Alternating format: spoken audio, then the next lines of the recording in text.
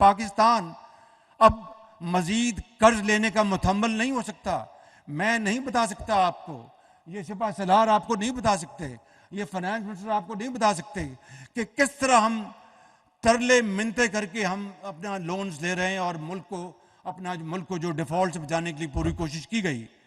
اور خدا کا شکر ہے کہ آئی ایم ایف کا ایز اے ٹیم ورک بھرپور دن رات محنت سے وہ پروگرام SLA ہوا, اور اب انشاءاللہ 2 دن بعد بورڈ کی میٹنگ بھی ہو جائے گی.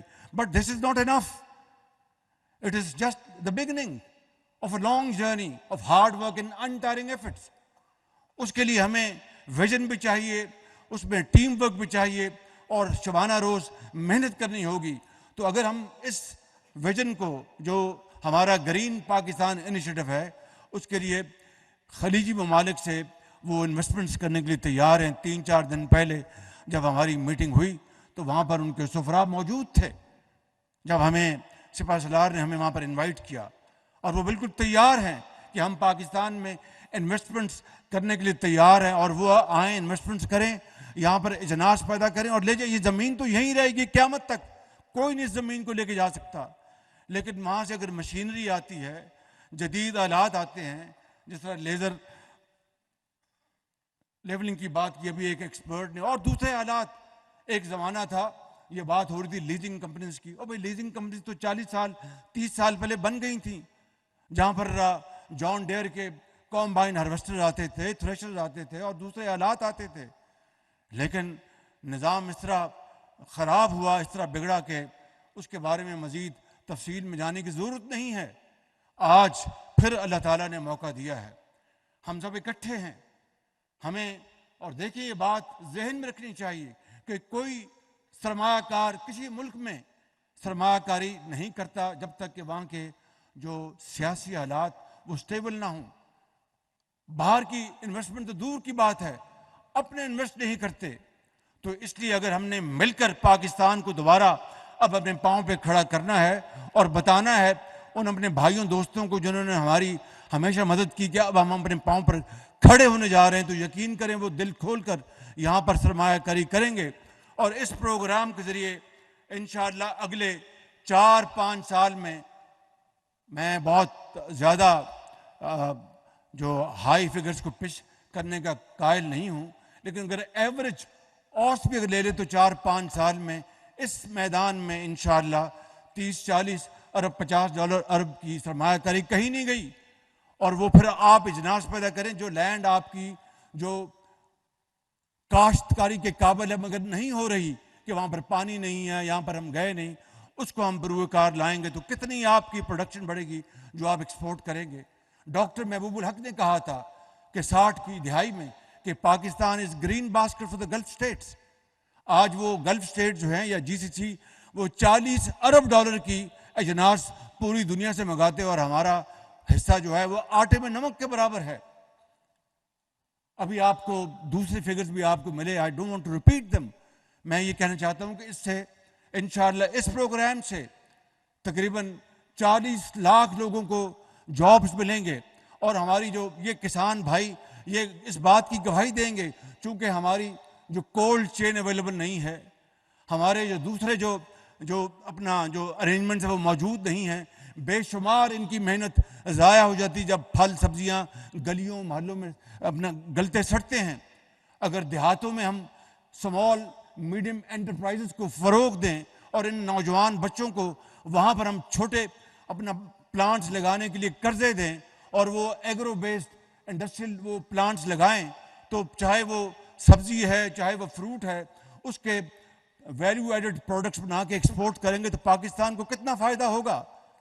میں سمجھتا ہوں کہ یہ وہ ابھی مجھے اپنا پیرس میں ملے مجھے اسلامک ڈیولپمنٹ بینک کے چیئرمین, انہوں نے کہا کہ شہباز شریف صاحب آپ کا جو باسمتی چاول بڑا زبردست ہے.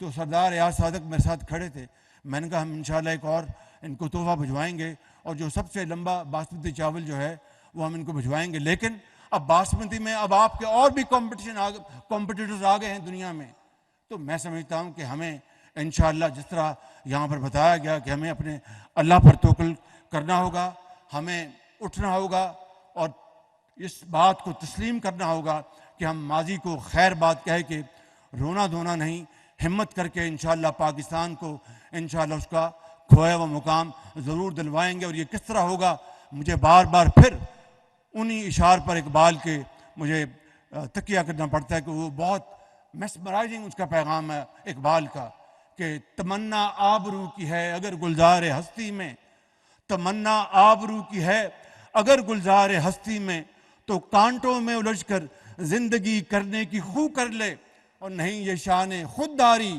چمن سے توڑ کر تجھ کو کوئی دستار میں رکھ لے، کوئی زیب گلو کر لے. میرے بزرگوں، نوجوان ساتھیوں، بہنوں، میں آپ کو آخر میں یہ کہنا چاہتا ہوں کہ یہ جو گرین پاکستان انیشیٹو جو ہے، یہ ہمارا ایک مشترکہ قومی ہمارا فریضہ ہے، ہماری ذمہ داری ہے. اور میں دل کی گہرائیوں سے شکریہ ادا کرتا ہوں سپہ سالار صاحب کا، ان کی پوری اس تعاون کا اور کمٹمنٹ کا. میں شکریہ ادا کرتا ہوں اپنے وزیر زراعت کا اور اپنی ٹیم کا. اور میں ان تمام ایکسپرٹس اور ریسرچرز کو آئیں جو پاکستان میں ہیں اور پاکستان سے باہر ہیں، کہ وہ آئیں، ہماری مدد کریں. اور انشاءاللہ میرا ایمان ہے کہ پھر 1-2 سال میں یہ ہماری زرعی معاشی جو اکانومی ہے یہ ریوائیو ہو جائے گی، اور ضرور ہوگی. پھر آپ دیکھیں گے کہ پھر مجھے یا کسی اور کو یا سپہ سالار کو باہر جا کر قرضے نہیں مانگنے پڑیں گے، بلکہ یہاں پر سرمایہ کار آئیں گے اور کہیں گے جناب ہم انویسٹ کرتے ہیں، مشینری لاتے ہیں، ہم ٹیکنالوجی لاتے ہیں، ہم اپنا پروڈکشن کریں گے اور واپس لے کے جائیں گے. شروع میں جس نے کسی نے کہا، بہت صحیح کہا، کہ national security is not all encompassing. It's not about only guns and mortars and airplanes. It's about food security. It's about economic security. تو یہ ساری ایک دنیا میں آج اس کی نئی ڈیفینیشن ہے، اس کی نئی اصطلاح ہے. میں سمجھتا ہوں کہ آج ہماری نیشنل سیکورٹی کا تقاضا یہ ہے کہ ہم اپنی معاشی سیکورٹی کو مضبوط بنائیں اور زرعی معاش کو بہت مضبوط بنائیں.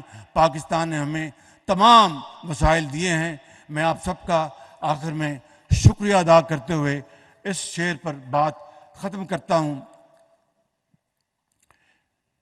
کسان بھائی میرے سروں کے تاج ہیں، اور میں آپ کو یقین دلاتا ہوں کہ انشاءاللہ ہم مل کر جو کچھ بھی ہم ان مشکل حالات میں کے باوجود کر سکے ہم نے کیا. اور آئندہ جو بھی حکومت آئے گی انتخابات کے بعد، انشاءاللہ ہم مل کر ہم آپ کی پوری مدد کریں گے تاکہ آپ پاکستان کی زمین سے سونا اگلیں اور پاکستان کو یہ جو قرض کی مہ سے آپ جان چھڑائیں.